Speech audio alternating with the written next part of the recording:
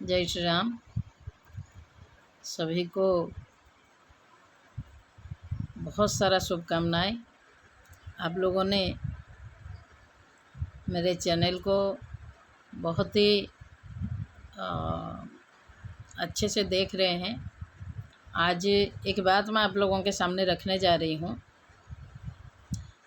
22 अगस्त को रक्षाबंधन यानी श्रावण पूर्णिमा है और उस दिन बहन अपने भाइयों की कलाइयों पे राखी बांधकर, रक्षा सूत्र बांधकर उसकी मंगल कामना करते हुए उसकी उस दीर्घजीवी होने की कामना करती है। लेकिन आज बाज़ार में अनेक प्रकार की राखी उपलब्ध हो रही है। हम उसको लाकर अपने भाइयों के कलाइयों पे बांधते हैं। लेकिन वैदिक काल में, वैदिक युग में जिस प्रकार की रक्षा सूत्र हम भाइयों के हाथ में बांधते थे बहनें, या जो पंडित थे अपने यजमान के हाथ में भी बांधते थे, तो उसी प्रकार से आज मैं एक वैदिक राखी कैसे बनाते हैं और वो रक्षा सूत्र में क्या क्या उपयोग होता है उसके बारे में मैं आज आप लोगों के सामने विषय रख रही हूँ। क्योंकि आपको पर्याप्त समय मिले और उन्हें पर्याप्त समय के साथ साथ आप उसी प्रकार की वैदिक राखी बनाकर अपने भाइयों की कलाइयों पे बांधेंगे, उनके दीर्घ जीवन की कामना करेंगे, उनके मंगल कामना करेंगे। तो उसमें वैदिक राखी में 5 प्रकार की वस्तु की उपयोग होती है। लेकिन उसको भी, उस 5 प्रकार की वस्तु को छोटे छोटे पीले रंग के कपड़े में हम भरकर अगर बांधते हैं अपने भाइयों की कलाइयों पे तो अच्छा रहता है। तो उसमें 5 चीज़ों की आवश्यकता होती है। तो पहला चीज़ है दुर्वा, दूसरा है अक्षत, तीसरा है केसर, चौथा है चंदन, 5वां है सरसों। ये 5 चीज़ों को एकत्रित करके हम कहीं से पीला कपड़ा भी एकत्रित करेंगे, उसको छोटा है कि पैकेट जैसा बनाएंगे और उसके अंदर ये सारी चीज़ें भरेंगे। दुर्वा उस रक्षा सूत्र की, जो वैदिक राखी बनाने की पहला जो दुर्वा है, इसलिए दुर्वा हम भाई के हाथ में बांधना चाहते हैं या उस रक्षा सूत्र में भरना चाहते हैं कि दुर्वा जैसे एक ही छोटा सा कहीं हम जड़ डाल देते हैं तो सहस्र अंकुरित होकर चारों तरफ फैल जाता है। तो मेरे भाई के सुयश, मेरे भाई के हर प्रकार की, यानी आर्थिक हो, सामाजिक हो या उसके वंश हो, उसकी जो भी अच्छे कार्य हो, वो दुर्वा की तरह समग्र जगत में व्याप्त हो जाए, इसी प्रकार की उसके कामना करते हुए हम दुर्वा डालते हैं। दूसरा हम डालते हैं अक्षत।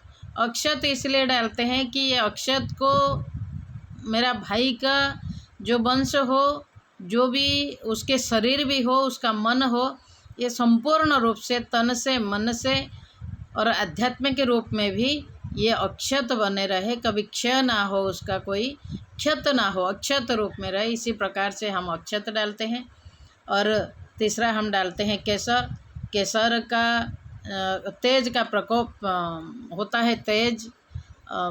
उसमें केसर का जो स्वभाव होता है वो तेज होता है और उसी तेज प्रकृति के, उनकी तेजस्वी, मेरे भाई भी तेजस्वी हो और आध्यात्मिक तेज, और उसकी जीवन में जो भी वो विकास करना चाहता है, अनेक प्रकार की तेज से परिपूर्ण होकर वो अपने जीवन को अतिबाहित करे। इसी प्रकार से ये भी उसमें हम डालते हैं केसर। और चंदन भी डालते हैं। चौथा है चंदन। चंदन का जो स्वरूप है, हम कहते हैं वो शीतलता प्रदान करने के साथ साथ सुगंध भी देता है। तो जिसको हम राखी बांध रहे हैं उसके जो परोपकार है, सदाचार है, उसका सामाजिक जीवन है, ये हर क्षेत्र में अपने व्यवहार को ठंडा रखते हुए, यानी शीतल रखते हुए, ये उनकी जो सुगंध है संपूर्ण जगत में फैले, इस प्रकार के कामना भी हम करते हुए उसमें चंदन भी डालते हैं। और उसके साथ साथ हम सरसों भी डालते हैं। 5वां जो वस्तु रहता है वो सरसों। सरसों इसलिए डालते हैं, सरसों की जो प्रकृति है वो तीक्ष्ण है और उसी प्रकार से उसके जीवन भी थोड़ा तीक्ष्ण हो, और उसके साथ साथ इतने तीक्ष्ण होने के साथ साथ अपने जीवन की यानी समाज में रहने वाले सारे जो दुर्गुण है, उसके साथ साथ जो समाज में जो कंटक है या उसके जीवन में आने वाले हर कंटक को, या सामाजिक जीवन में जीते जीते उसकी व्यक्ति, परिवार, समाज, राष्ट्रीय जीवन में आने वाले हर एक कंटकों को उस अपनी तीक्ष्णता से दूर करते हुए समाज को एक नई दिशा दे। इसी प्रकार से हमने ये 5 वस्तुओं को डालकर एक पीले कपड़े में बांधकर अपने भाई के हाथ में उसी दिन हम, जो रक्षाबंधन है, श्रावण पूर्णिमा है, उसी दिन हम बांधेंगे। और बांधते रक्षा सूत्र बांधने के समय हमको इतना अवश्य ध्यान देना चाहिए, इतने एक मंत्र अवश्य उसकी रक्षा सूत्र के पूजन करेंगे। पूजन करने के साथ साथ एक मंत्र अवश्य बोले कि येन बद्धो बलिराजा दानवेंद्रो महाबलः तेन त्वां मनुबध्नामि रक्षा माचल। इसी मंत्र को बोलते हुए हम वो रक्षा सूत्र जिसके हाथ में हम बांधना चाहते हैं उसी प्रकार से बांधेंगे।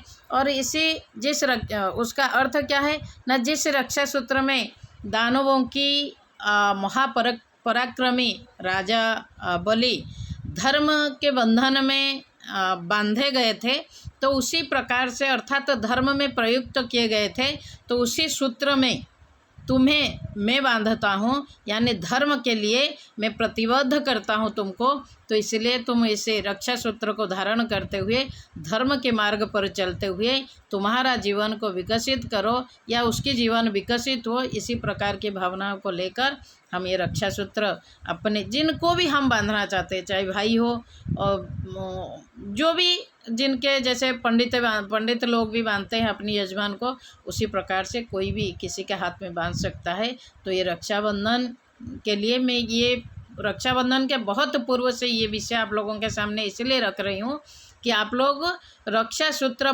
बनाकर पहले से रखें और उसी दिन पूजा करके अपने भाइयों के हाथ में बांधिए। और ये आज के लिए आप लोगों के लिए विषय में इसलिए छोड़ रही हूँ। और आगामी जैसे ही रक्षाबंधन के एक दिन पूर्व या रक्षाबंधन के दिन मैं फिर रक्षाबंधन उत्सव की महिमा क्या है, परंपरा क्यों, कहाँ, कब से चली आई, उसके बारे में बताऊंगी। आज के लिए आप सबको बहुत सारे शुभकामनाओं के साथ और धन्यवाद भी देती हूँ कि आप सब लोग मेरे इस चैनल को देख रहे हैं, बहुत स्नेह दे रहे हैं, उसके लिए भी बहुत सारे धन्यवाद।